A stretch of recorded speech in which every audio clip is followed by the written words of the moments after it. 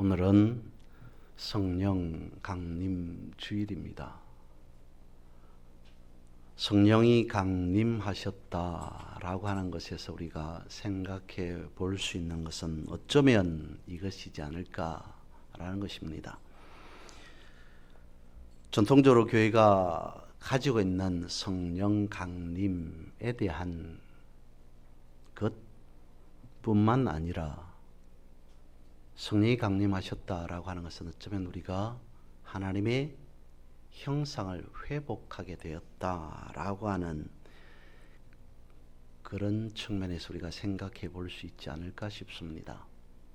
성령 강림 주일이기 때문에 우리가 하나님의 형상을 회복했다라고 하는 것이 아닌, 어쩌면 우리가 돌이켜 생각해 보면 우리가 삶 속에서도 당연히 그래야 되겠습니다만은 특별히 주일 그리고 또 그 외에 예배로서 모여서 우리가 예배를 드린다는 것 자체가 우리가 하나님의 형상을 회복합니다 라고 하는 선포와, 그리고 하나님의 형상을 회복하게 되었습니다 라고 성경에서 말씀하고 있는 그 말씀의 약속에 대한 확인과 이런 것들을 우리가 예배 가운데에서 놓쳐서는 안 될 것이다 라고 하는 것까지 생각해 봅니다.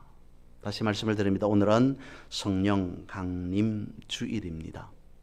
오늘 우리가 읽었던 에스겔서 47장 1절에서 12절까지의 말씀을 읽었습니다마는 에스겔서 40장에서부터 계속 성전에 대해서 말씀하고 있다가, 그리고 오늘 우리가 읽은 이 에스겔 47장에 와서 성전에 대한 절정을 말씀하고 있습니다. 성경은 무엇이라 말씀하고 있습니까? 성전에서 물이 흘러나오더라 라고 말씀하고 있습니다. 에스겔이 성전에서부터, 성전의 문에서부터 흘러나오는 물을 본 것입니다. 그런데 여기서 우리가 먼저 생각해야 할 것이 뭐냐면, 성령 강림절, 성령 강림 주일을 맞이하여서 에스겔이 성전으로부터, 성전 문으로부터 흘러나오는 그 문을 육신의 눈으로 보았다는 겁니까? 그것이 아닙니다. 에스겔이 본 환상이라고 우리가 흔히 말하기도 합니다마는, 에스겔이 성전에서부터 흘러나오는 물을 영으로 보았다라는 것입니다. 생각해 보면 우리는 알 수 있습니다. 에스겔이 그냥 어느 날 할 일이 없어서 가만 앉아 있는데 성전에서 흘러나오는 물이 보였을까요? 최소한 그것은 아닐 겁니다. 에스겔이 성전에서부터 물이 흘러나왔다라고 하는 것을 영으로 보았다, 환상으로 보았다라고 하는 것을 신약으로 우리가 생각해 보면 당시의 에스겔은 성령 충만한 상태였다라고 하는 것을 말해주고 있습니다. 본문의 말씀에서 1절에서 5절에서 하시는 말씀은 성전에서 흘러나오는 물에 대해서 언급하고 있죠. 그 물의 시작은 성전의 문지방에서부터 시작됩니다. 이것이 중요합니다. 아무튼 그 물이 조금씩 흘러나오기 시작합니다. 그리고 천척을 청량하였다라고 되어 있는데, 성경에서는 우리의 표현은 척으로 되어 있습니다만 성경에서 재는 길이는 규빗이라고 말하죠. 그래서 규빗에 대입해 보면 약 500m가량 청량하였다라고 이야기를 합니다. 처음에 성전에서부터 문지방에서 흘러나오는 그 물은 많지는 않았습니다. 발목 정도 차오르는 물이었습니다. 그런데 거기에서 그치지 않고 계속적으로 흘러나오다 보니까 물은 점점 더 불어나죠. 무릎으로, 허리로, 급기야는 이제 온몸이 잠겨서 헤엄을 칠 수밖에 없는, 쳐야 하는 그런 강물이 되었더라라고 말씀하고 있습니다.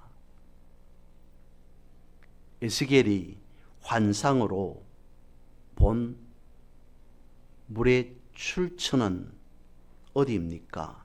1절 말씀을 읽어봅니다. 문지방 밑에서 물이 나와 동쪽으로 흐르다가 성전 오른쪽 제단 남쪽으로 흘러내리더라 라고 말씀하고 있습니다. 그리고 2절에서는 물이 오른쪽에서 서며 나오더라. 문지방 아래에서 이렇게 표현되어 있는 것은 작은 물줄기 하나가 나오는 듯한, 그래서 그 물이 성전 문지방에서 흘러나와서 남쪽으로 흘러가고 물이 또 오른쪽에서 서며 나오는 그런 형상 모습들을 설명해 주고 있습니다. 작게 되었다라고 하는 부분도 있겠죠. 그런데 중요한 것은 물이 어디에서부터 시작되었는가라고 하는 것을 성경 말해주고 있습니다. 1절과 2절 말씀에서 우리가 생각해 볼 수 있는 것은 이것입니다. 성경에서는 이렇게 말씀하고 있습니다. 율법이 시온에서부터 나오고 하나님의 말씀이 예루살렘에서부터 시작되어진다라고 하는 것을 이사야 2장 3절은 말씀해 주고 있습니다. 그리고 성경은 이렇게 말씀하고 있습니다. 너희가, 우리를 바라보시면서 하시는 말씀이 성령을 받으면, 그 다음에 어떻게 말씀하고 있냐면 성령을 받아 권능을 받고 행하는 것이 예루살렘에서부터 시작해서 예루살렘과 유대와 사마리아와 땅끝까지 이르러 나의 정인이 되어질 것이다 라고 말씀합니다. 성령 충만을 받았을 때 하나님의 말씀 복음을 증거하게 되어지는 정인이 되는데, 그 정인의 시작 출발점이 어디냐라고 성경은 말하냐면 예루살렘에서부터 시작되어진다라는 것이죠. 오늘 본문의 말씀에서는 물이 어디에서부터 시작되어지는가? 성전에서부터 시작되어진다. 성전 문지방에서부터 물이 흘러나오게 되어진다. 그 시작에 대한 말씀이 에스겔서 우리가 읽은 47장의 말씀과 그리고 성령을 말씀하고 있는 그 부분과 맥락이 같아진다는 것이죠.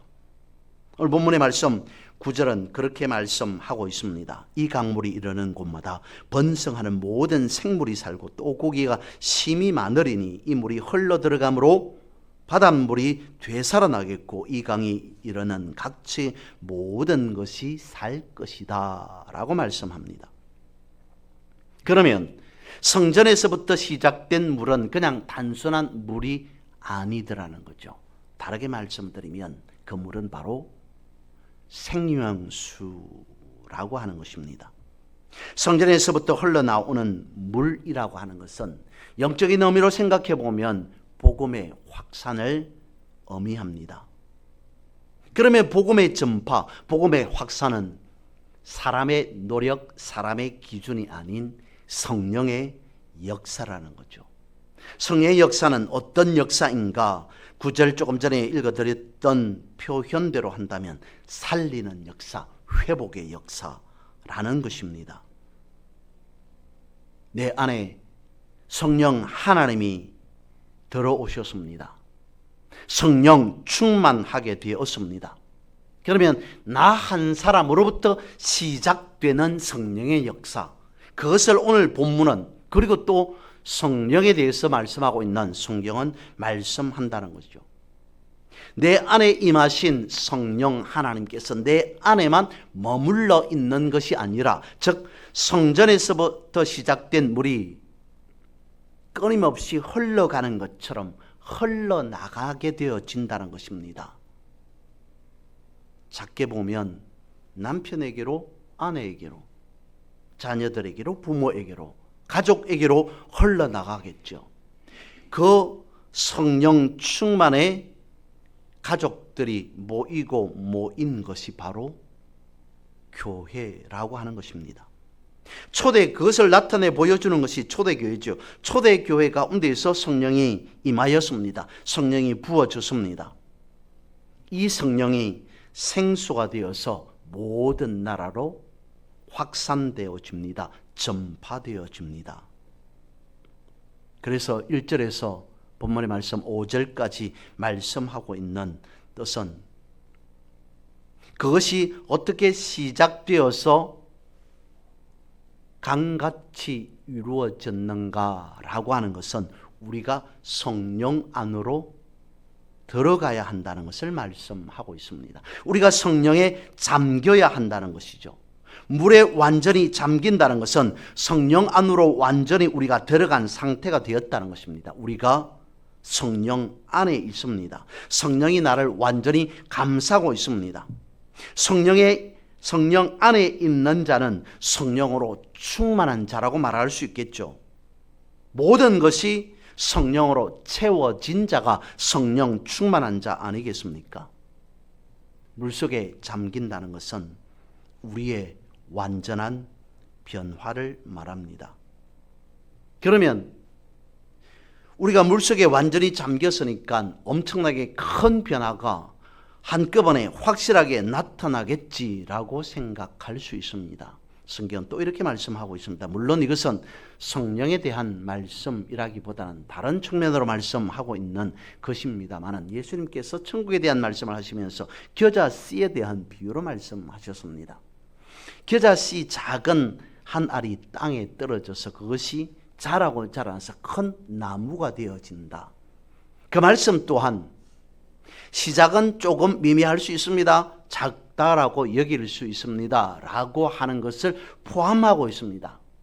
그런데 그 의미를 돌이켜 생각해 보면 작게 시작하다가 그 다음에 확산되어진다 라고 하는 것이 중점이라기보다는 작은 겨자씨 안에 그 겨자씨가 자라고 자라서 큰 나무가 되기까지는 무엇이 전제가 되어야 되는가? 겨자씨 안에 생명이 있어야 된다라고 하는 것입니다. 시작점은 작다라고 하는 것이 아니라 생명이라는 것입니다. 크든 작든 생명 있으면 되어지는 것입니다. 이 생명은 오늘 우리가 생각해 보면 성령의 임재라고 생각해 볼 수 있습니다. 그러니까 우리가 성령 받았습니다. 우리 안에 성령이 임재해 있습니다. 그러면 내 삶이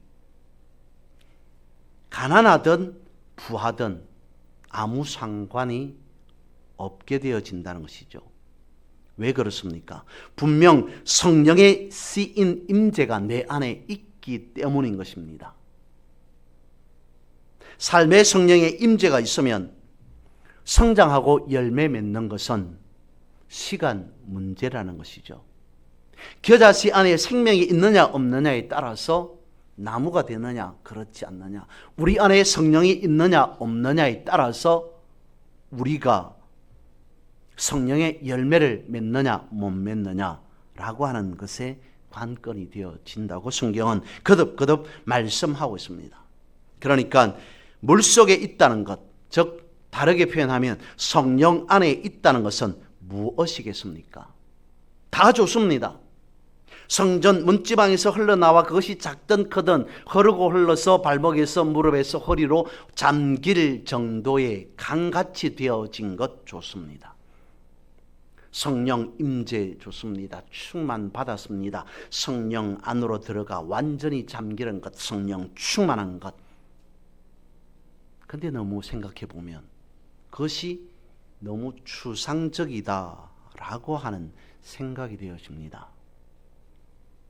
우리가 물속에 잠겼다, 성령 안에 들어갔다라고 하는 것에 대한 영향력이 무엇이냐라고 하는 것을 우리는 생각하지 않을 수 없습니다. 간단하게 말씀을 드리면, 간단하다라고 말씀을 드려서 그렇습니다만 중요한 것은 우리가 물속에 잠겼다, 성령 안에 들어갔다라고 하는 것의 가장 첩경은 말씀 묵상입니다. 늘 언제나 하나님의 말씀을 입에 달고 살아가는 것. 말씀의 묵상이라고 하면 우리는 신약 성경을 생각할 수도 있습니다. 그리고 오늘 본문의 말씀을 생각할 수도 있습니다. 말씀 안에, 물속에 들어갔다, 말씀 안에 잠긴다. 그런데 훨씬 이전에도 하나님께서 말씀하셨겠습니다마는 여호수아에게 확정하듯이 말씀하십니다. 이스라엘 백성들을 이제 약속의 땅 가나안 땅으로 인도해야 될 리더가 된 여호수아에게 하나님께서 말씀하시기로 주야로 말씀을 묵상하여라고 말씀하고 있습니다. 그때의 말씀 묵상이라고 하는 것을 원어로 찾아보면 하가라고 되어 있는데요. 이 하가라고 하는 것은 우리식 표현으로 하면 묵상이라기보다는 중얼거리다라고 되어 있습니다. 우리가 물속에 잠기는 것, 즉 성령 안에 성령 충만해지는 가장 첩경은 늘 언제나 말씀을 중얼중얼하면서 중얼거리는 것이 성령 충만을 받는 것이다 라고 볼 수 있습니다. 조금 다르게 고급스럽게 표현을 한다면 하가는 말씀을 작은 소리로 읊조리는 것, 늘 언제나 무엇을 하든지 하나님의 말씀을 말 그대로 입 밖으로 내는 겁니다. 속으로 생각하기보다는 입 밖으로 중얼거림, 하나님의 말씀을 작은 소리로 읊조리며 살아가는 것, 그것을 하가라고 하는데, 장로님께서도 기도하셨는데 성경은 이렇게 말씀하고 있습니다. 시편 1편이죠.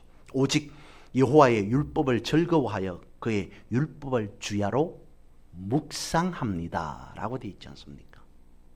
이 말을 있는 그대로 표현한다면 내가 하나님의 말씀을 날마다 중얼거리겠습니다. 작은 소리로 읊조리겠습니다. 살아가면서 무엇을 하든지 간에 그것을 두고 하가라고 말하는 겁니다. 그러면 어떤 일이 일어나게 되어진다고요? 시편 1편의 기준을 말씀드리면 3절에 그는 시냇가에 심은 나무가 철을 따라 열매를 맺으며 그 잎사귀가 마르지 아니함 같으니, 우리가 성령 충만 받기를 원합니다. 늘 언제나 성령과 함께 충만한 상태로 살아가기를 원합니다. 동행하기를 원합니다. 그것의 첩기가 무엇이라고요? 하가라는 것이죠. 그러면 그 하가에 대한 영향력, 효과는 어떻게 나타나느냐? 성경에서 말씀하고 있습니다. 말씀을 우리가 주야로 중얼거리는 것이 시냇가에 옮겨 심겨진 나무와 같게 되어진다 라고 말입니다. 그러므로 하가, 중얼거리는 것은 무엇을 늘 언제나 말씀을 중얼중얼 해야 되느냐 라고 생각할 수도 있겠습니다만, 그 중얼거림은, 하가는 단순한 중얼거림에서 그치지 않는다는 것이죠. 말씀을 주야로 묵상한다는 것은 내 인생 자체가 메마른 땅이었습니다. 척박한 현실이었습니다. 그런데 어느 순간 말씀을 일주일 하가했습니다. 한 달 하가, 1년 하가를 했습니다. 늘 말씀을 작은 소리로 읊조리고 또 읊조렸습니다. 그러다 보니 어느 순간 생각지도 못했던 그 시간에 하나님께서 메마른 땅에 살아갈 수밖에 없는 척박한 땅에 한평생 힘들고 어렵게 살아갈 수밖에 없는 나무를 시냇가에 옮겨 심은 것과 같이 척박한 현실이었던 내 삶이 시냇가로 옮겨져서 하나님의 말씀을, 하나님의 엄청난 성령의 역사를 갈구하던 갈급해하던 나에게 생명수가 뿌리에서 감지되어졌으니 마음껏 생명수를 공급하게 되어지는 것, 그 역사가 일어나는 시작이 하가, 중얼거림, 낮은 소리로 늘 말씀을 읊조리는 것. 그래서 성경은 뭐라고 말씀하고 있습니까? 시편 1편 3절 하반절 말씀에 그가 하는 모든 일이 다 형통하리로다. 이것이 하가라는 것입니다. 이것을 통해서 우리는 성령 충만 받게 되어진다는 것입니다. 그러면 왜 하가여야 하는가? 왜 하나님의 말씀을 늘 중얼거려야 하는가라고 하는 또 다른 문제라기보다는 의문이 생길 수도 있겠죠. 이것은 제가 말씀을 드리는 것이 아니라 이미 이전에 말씀드린 바와 같이 좌로나 우로나 치우치지 말고 주야로 하나님의 말씀을 묵상하라, 다 지켜 행하라, 여호수아에게 하나님께서 말씀하셨던 것과 같이 오래전에 이스라엘 백성들이 고민합니다. 어떻게 하면 기록된 하나님의 말씀을, 물론 그 당시에는 뭐 율법이 있고 뭐 이런 거라고 말할 수 있겠습니다만, 아무튼 하나님의 말씀을 붙잡고 살아가면서 하나님과 함께 동행할 수 있을까 고민하고 또 고민했다는 것입니다. 그러면서 그 수없이 많은 고민 가운데 찾아낸 것이 하가였지 않을까. 우리의 고민인 것이 아닌 오래전에 수없이 하나님의 백성들이 고민했던 것, 물론 하나님께서 말씀하신 부분이기는 합니다만 우리 측면에서, 우리의 관점에서 생각해 보면 그렇다는 겁니다. 하나님의 자녀로, 하나님의 백성으로 우리가 어떻게 한평생 하나님과 동행하며, 다시 다르게 말씀을 드리면 한평생 성령 충만함으로 살아갈 수 있겠느냐라고 하는 고민의 결과가 살아가면서 항상 하나님의 말씀을 낮은 소리로, 작은 소리로 엎조리는 것, 그 이상 없구나 라고 하는 것을 발견했으니, 하나님께서 그렇게 말씀하셨으니 이스라엘 백성들이 삶 속에서 하나님의 말씀을 엎조렸더라 라고 하는 것입니다. 이것이, 이 하가가 다시 제 생각입니다, 신약으로 넘어왔을 때에 사도 바울이 고민하고 또 고민했습니다.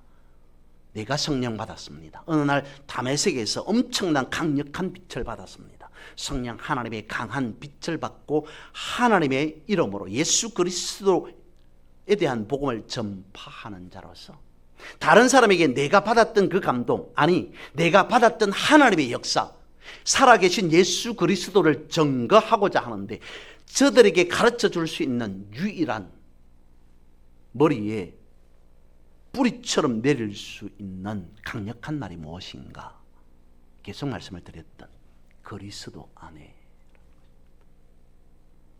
하가를 통해서 성령 충만을 받고 살아간다는 것, 그것은 구약 시대가 아닌 신약 시대에 살아가는 우리로서 생각해 보면 그리스도 안입니다 라고 하는 것으로 사도 바울이 표현했더라는 것입니다. 그리스도 안으로 들어가 뿌리 내리는 것, 그것이 하가이고, 그리스도 안에서 뿌리 내렸다는 것은 우리가 말 그대로 하나님 나라 안에 살아가는 삶을 나타내 보여준다는 것입니다. 그러면 다시 생각해 봅니다.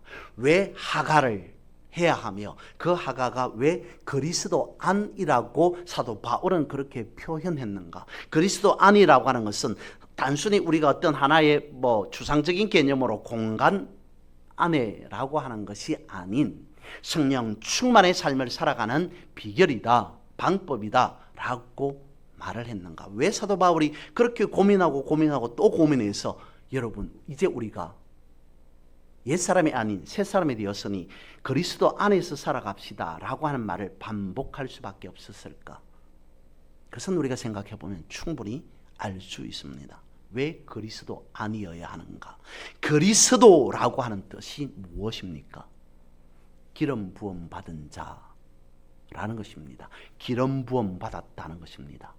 예수님이 그리스도가 되셨다라고 하는 것은 예수님께서 하나님의 생명을 그대로 이어받았다. 하나님의 생명 자체가 예수님이시다라고 하는 뜻에서 측면에서 예수 그리스도라고 부르게 된 것 아닙니까? 예수님께서 기름 부음 받아서 하나님의 생명을 소유하게 되었습니다. 우리가 하가를 통해서 기름 부음 안으로 들어갑니다. 그것을 통해서 부르심을 통해서 우리가 맺을 수 있는 열매, 성경은 형통의 열매라고 말합니다.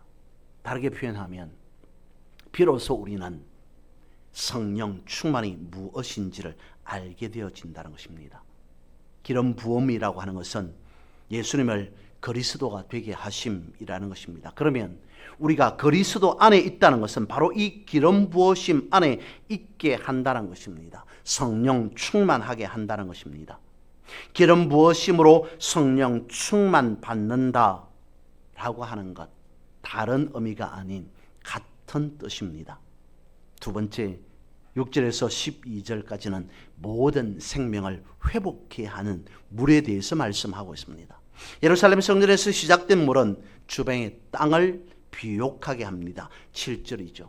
그리고 죽은 물 사해를 고치게 되어집니다. 8절입니다. 생명의 물로 바뀌게 되어진다는 것이죠.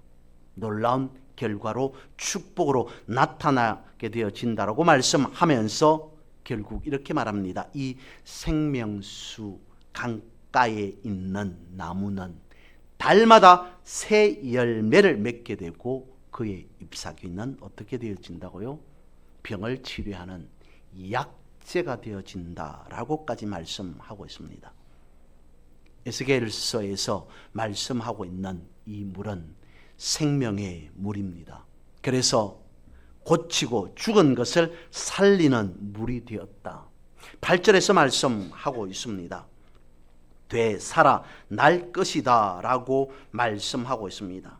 물로 그 바다의 물이 되살아나리라 라고 말씀하고 있습니다. 살아난다 라고 하는 원어가 우리가 알고 있는 라파입니다. 여호와 라파, 하나님은 치유하시는 분이시다 라고 하는 것이죠. 생명수는 치료하여 회복케 하는 물이라는 겁니다. 생명의 물이 되신 그리스도, 그분은 죄인을 불러서 하나님 나라에 살게 하는 공동체가 되게 하셨습니다. 구약에서 피를 생명 자체로 보았습니다. 사실 그랬습니다. 우리의 몸의 70%가 물이라고 이야기를 합니다. 그리고 피에는 다량의 물로 이루어져 있다고 이야기를 합니다. 음식을 먹는 것 중요합니다마는 비록 어떤 상황 가운데서 우리가 음식을 먹지 못할 상황이 되었다 할지라도 물만큼은 먹어야만이 사람은 살 수 있게 되어집니다. 우리 몸의 물은 곧 생명이라는 것이죠. 그런데 예수님께서 이 땅에 오셔서 어느 순간 우리가 잘 아는 이야기, 물을 포도주로 변화되게 했습니다. 그리고 십자가를 지기 전에 제자들 앞에서 예수님께서는 포도주를 나누어 주셨습니다. 무엇을 의미하겠습니까? 예수님의 생명 자체를 나누어 주셨다라고 하는 것이죠. 성령 충만이라고 하는 것은 우리를 회복해 하시는 것이다. 예수님은 일반 그냥 물이었던 나를 포도주 되게 하셨다. 성령 충만하게 하셨다라고 하는 것입니다. 우리를 회복해 하셨다. 우리를 하나님의 말씀으로 축복해 주셨다는 것입니다. 결국 물은 성령을 의미하게 되어집니다. 신약 성경에서 요한계시록 22장 그리고 다른 복음서를 제외하고 요한복음에서 보면 물에 대한 말씀을 물이 어떤 것인가 라고 하는 것을 많이 언급하고 있죠. 요한복음 4장 말씀에 예수님께서 사마리아 여인을 만나서 하시는 말씀이 물은 영생하도록 솟아나는 샘물이 되어진다라고 말씀하셨습니다. 그리고 초막절 마지막 날에 목마른 자들을 부르면서 와서 마시라라고 말씀을 하셨습니다. 그리고 예수님께서 말씀하시기를 그 배에서 생수의 강이 흘러나올 것이다 라고 하는데 그것을 사도 요한은 성령을 가리켜 말씀하신 것이다 라고 설명했습니다. 믿는 자들이 받을 성령, 그것을 말씀하셨다는 것이죠. 이사야 12장 2절 3절은 이렇게 말씀하고 있습니다. 보라, 하나님은 나의 구원이시라. 내가 신뢰하고 두려움이 없으리니 주 여호와는 나의 힘이시며 나의 노래이시며 나의 구원이심이라. 그러므로 너희가 기쁨으로 구원의 우물들에서 물을 기르리로다. 구원의 은혜를 끝없이 솟아나는 우물 물에 대해 비유를 말씀하고 있습니다. 예수님의 입에서 나오는 말씀 자체가 영이시기 때문에 그 말씀이 생수가 되어집니다. 요한복음과 에스겔서에서 끊임없이 말씀하고 있는 부분입니다. 요한복음 3장 5절 말씀을 읽어드립니다. 예수께서 대답하시되 진실로 진실로 너에게 이르노니 사람이 물과 성령으로 나지 아니하면 하나님의 나라에 들어갈 수 없느니라. 물은 치유와 회복을 상징하고 있다는 것이죠. 에베소서 5장 26절입니다. 이는 곧 물로 씻어 말씀으로 깨끗하게 하사 거룩하게 하시고 물은 정화하며 정결케 하는 것을 상징하고 있다는 것입니다. 에베소서 1장 13절은 성령에 대해서 이렇게 말씀하십니다. 그 안에서 너희도 진리의 말씀 곧 너희의 구원의 복음을 듣고 그 안에서 또한 믿어 약속의 성령으로 인치심을 받았다라고 말씀하십니다. 결론의 말씀을 드립니다. 성전에서 흘러나오는 물은 생명수입니다. 고치는 물이요, 회복해 하는 물이요, 살리는 라파의 물임을 오늘 본문은 말씀해 주고 있습니다. 그러면서 그 물의 시작이 어디에서부터? 성전에서부터 시작되었다라고 말씀하고 있습니다. 아무 물이나 물만 있으면 된다라고 하는 것이 아니라 시작이 어디이냐라는 것입니다. 구약이기 때문에 성전에서부터 시작되었다라는 것을 말씀하고 있습니다. 다시 우리가 생각해 보면 우리의 삶이 성전에서 시작되는 삶이라고 하는 것은 하나님 중심에서 시작되는 삶이어야 한다는 것입니다. 우리의 삶이 말씀에서 시작되는 삶이어야 한다는 것입니다. 그리고 성경은 말씀하고 있습니다. 이렇게 성전에서 시작된 물이 정체되어져 있는 것이 아니라 머물러 있는 것이 아니라 흐르고 흐르더라라고 말씀하고 있습니다. 성도인 우리의 삶은 정체된 삶이 아니라 흘러가는 삶이라는 것입니다. 예수 그리스도의 생명 안에서 흘러가는 사람은 예수 그리스도의 생명을 전달하는 삶이라고 볼 수 있습니다. 다르게 표현하면 사람을 낚는 어부의 삶이라는 것입니다. 성전에서 흘러나오는 그 물로 다시 우리가 회복되고 정결하게 되어서 여러분의 인생 삶 속에 그야말로 성령 충만한 삶이 되어지기를 주님의 이름으로 선포하고 축복합니다. 기도드리겠습니다. 그러하신 주님,